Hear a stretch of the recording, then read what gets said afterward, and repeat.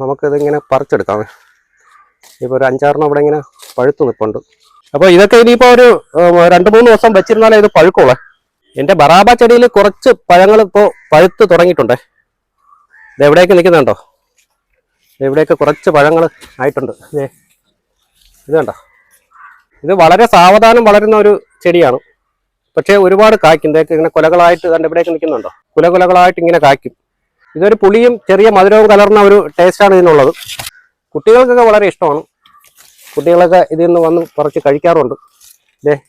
ഈ നിൽക്കുന്നുണ്ടോ? ഇത് കണ്ടോ? നമുക്കിതിങ്ങനെ പറിച്ചെടുക്കാമേ. ഇപ്പോൾ ഒരു 5-6 ഇവിടെ ഇങ്ങനെ പഴുത്ത് നിൽപ്പുണ്ട്. ഇത് കണ്ടോ? എവിടെ നിൽക്കുന്നുണ്ടോ? ഇവിടെയൊക്കെ നിൽപ്പുണ്ട്. ഇത് വളരെ ചെറിയ പഴമാണ്, വളരെ ചെറിയ പഴമാണ്. എന്തായാലും ഈ പഴം എനിക്ക് വളരെ ഇഷ്ടമാണ്.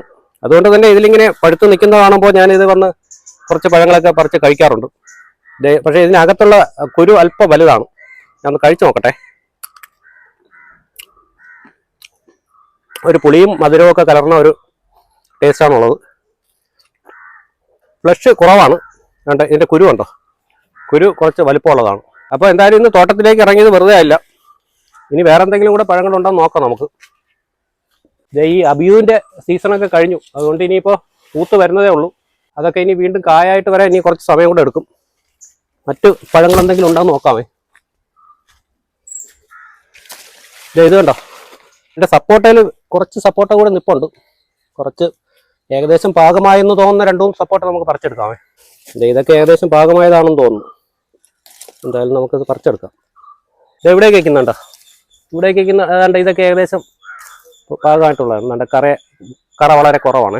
അപ്പോൾ അതിൻ്റെ അർത്ഥം ഇത് പാകമായിട്ടുണ്ടെന്നാണ്. ഇത് ചിലതിലേക്ക് ഉണ്ടോ? ഈ കിളി ടെസ്റ്റ് ചെയ്ത് നോക്കിയതാണ്. ചെറുതായിട്ട് അവർ കൊത്തി നോക്കിയിട്ടുണ്ട്. ഇനിയും കുറച്ച് കായ്കൾ നിൽപ്പുണ്ടേ, എങ്കിലും അതൊക്കെ പാകമായി വരുന്ന മുറയ്ക്ക് നമുക്ക് പറിച്ചെടുക്കാം.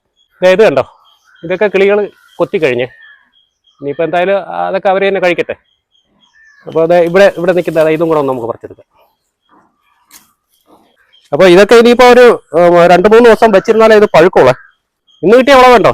ഇത്രയും കിട്ടിയിട്ടുണ്ടേ. ഇത്രയും സപ്പോർട്ട് കിട്ടിയിട്ടുണ്ടോ ഇന്ന്? കണ്ടോ? ഇന്നത്തെ വീഡിയോ ഇത്രയേ ഉള്ളൂ. വീഡിയോ ഇഷ്ടമായാൽ ലൈക്ക് ചെയ്യണേ.